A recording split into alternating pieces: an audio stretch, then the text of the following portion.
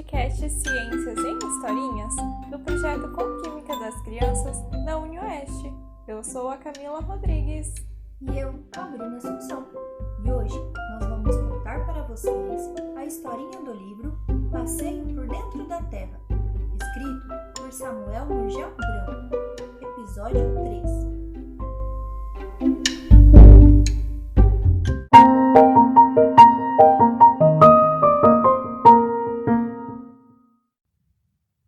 Carolina ficou pensativa por algum momento. Depois comentou: Interessante, vovô. A Terra parece mesmo uma coisa viva, com todos esses movimentos por dentro e por fora. Não é só o vento, as ondas do mar e a água dos rios que estão sempre correndo. Lá dentro da Terra também existem correntezas, só que de rochas derretidas. É verdade, só que as rochas derretidas não são líquidas como a água. Por isso, as correntezas subterrâneas são muito lentas. Mesmo assim, são elas que empurram essa casquinha de ovo sobre a qual vivemos, fazendo com que ela se movimente em todas as direções. Mas essa casquinha não são os continentes? E eles chegam a se mover? Eles andam de um lado para outro? Que bobagem, Carolina! Então você acha que a Terra, onde nós estamos, com suas cidades, prédios e árvores, pode estar boiando na água do mar como se fosse um barco? Mas é isso mesmo o que acontece. Os continentes estão boiando, não em cima da água como um barco no mar, mas eles deslizam sobre o manto, de que já falamos, como se fosse uma nata boiando sobre as correntezas de rocha quente. É assim mesmo? Os continentes não estão fixos, cada um em seu lugar, como mostram os mapas do mundo? Não, nada é fixo e permanente. Só que as mudanças de posição não se dão em alguns anos ou séculos, e sim em milhares e milhões de anos. Como eu disse, o movimento do manto é de poucos centímetros por ano. Por isso, os mapas feitos há 100 ou 200 anos não são iguais aos de hoje. Nesse tempo, os continentes só mudaram 1 ou 2 metros, e isso não aparece no mapa. Você quer dizer que o nosso continente, a América, já esteve mais perto do continente africano, por exemplo? Mais do que isso, esteve colado no continente africano. Vocês nunca repararam como a América do Sul parece ter sido recortada da África? Já reparei sim, parecem duas peças de um quebra-cabeça. Pois é, isso acontece porque, de fato, os dois continentes já estiveram juntos, formando uma só peça. Essa peça se rasgou em duas partes que vêm se separando lentamente uma da outra. Aliás, todos os continentes já foram um único bloco, que depois se separou em vários pedaços. Essa é boa. Eu nem sabia que a gente está sempre viajando em cima de uma jangada de pedras. É verdade, nós todos viajamos nessa jangada, que é a América do Sul, a uma velocidade que corresponde a pouco mais de 1 centímetro por ano. Essa é uma prova de que tudo na Terra está em constante movimento. Nessa altura, o avô interrompeu suas explicações, pois lembrou-se de uma coisa muito importante. Muito bem, crianças, a conversa está boa, mas agora vamos dar um mergulho, porque está chegando a hora do almoço e a vovó está nos esperando com um delicioso peixe assado. No final da tarde, enquanto o vovô lia no terraço, sentado em sua cadeira de balanço, as crianças brincavam por ali.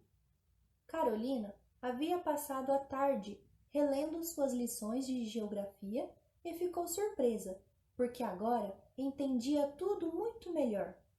De repente, ela comentou com Henrique: Muito legal mesmo. Agora eu estou entendendo por que, no começo de toda a história, o vovô falou que aquela onda que destruiu nossos morros de areia estava nos dando uma lição sobre as mudanças na natureza. Eu achava que nada mudava. Um morro seria sempre um morro, uma ilha seria sempre uma ilha, um continente seria sempre o mesmo, no mesmo lugar. É, eu pensava que a areia sempre tivesse sido areia. Nunca pensei que viesse das rochas, das montanhas ou do fundo da terra. O vovô achou graça dos comentários e entrou na conversa. Pois é a pura verdade. Existem rochas que vêm do fundo da terra. Algumas são empurradas para cima por aqueles movimentos de que já falamos, mas outras são espirradas ou derramadas em forma de lavas. Eu já aprendi o que é lava. São aquelas pedras derretidas que saem do vulcão. Ou de fendas no chão, como os derrames. Mas antes, vou explicar o que são os vulcões. Oba! O vulcão é uma espécie de válvula de segurança, como as das panelas de pressão. Como assim? Repare numa panela de pressão no fogo. Quando a pressão interna é muito alta, ela deixa escapar o vapor pelo pino da tampa, fazendo aquele ruído. Tss. Da mesma forma, quando a pressão debaixo do solo é muito grande, abre-se um buraco nas rochas e a lava quente que estava acumulada é espirrada. E essa lava vem do centro da Terra? Não, não é bem do centro. Vou tentar explicar. Eu disse a vocês que as rochas do interior da Terra estão meio derretidas pelo calor muito forte que existe lá dentro. Eu comparei isso a um grande caldeirão em que estivéssemos fazendo um mingau ou doce de leite bem grosso. Isso mesmo. E por causa do calor, esse mingau de pedra fica circulando, como se estivesse fervendo. Perfeito! Além de ficar circulando, de vez em quando sobe uma bolha lá do fundo, que vem estourar na superfície. Puft! Vocês podem ver isso quando a vovó está apurando um doce com a panela no fogo, ou quando se tira mel de uma garrafa.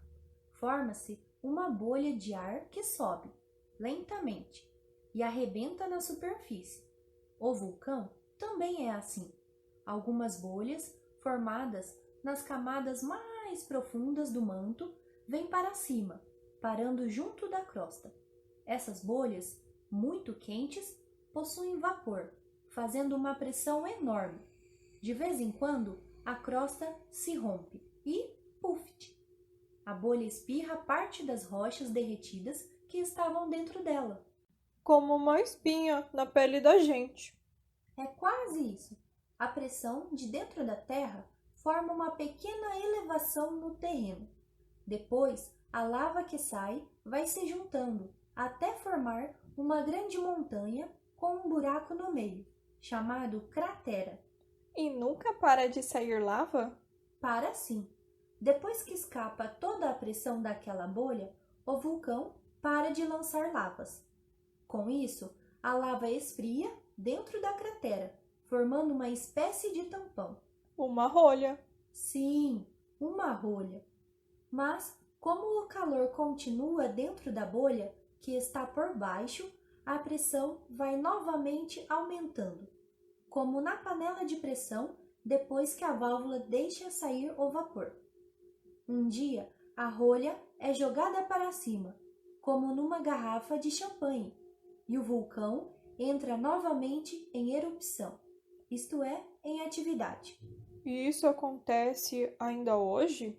Sim, e apesar da violência, representa um dos mais belos espetáculos da natureza, visto de longe, naturalmente.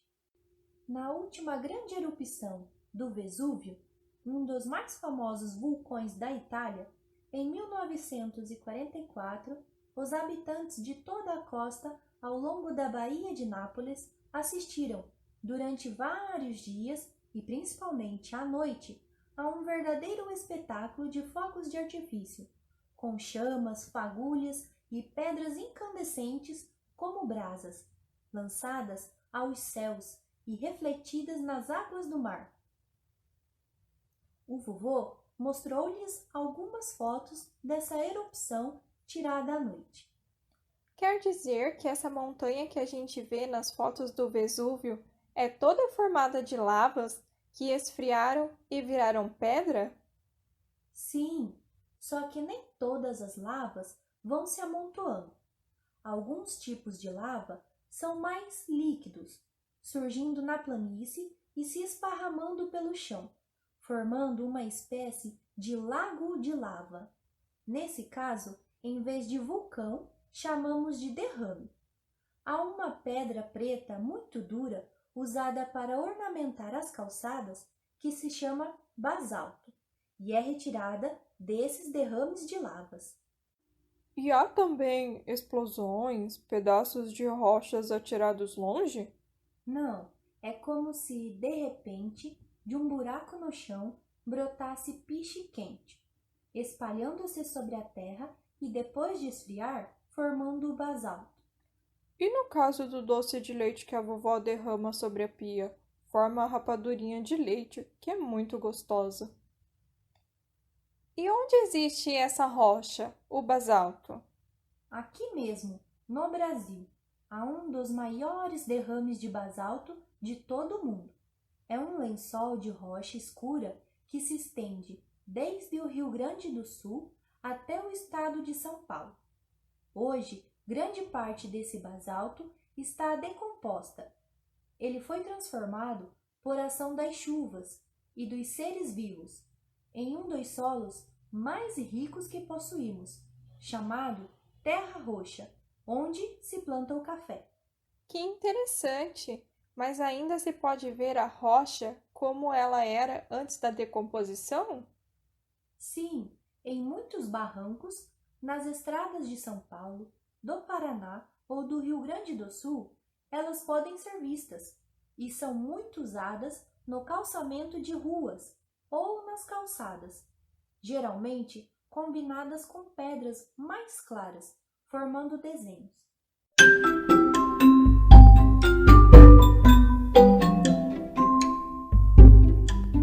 Essa foi a história de hoje. Esperamos vocês na próxima semana para a continuação. E não esqueçam de curtir e compartilhar com os seus amiguinhos. Tchau, tchau! Tchau!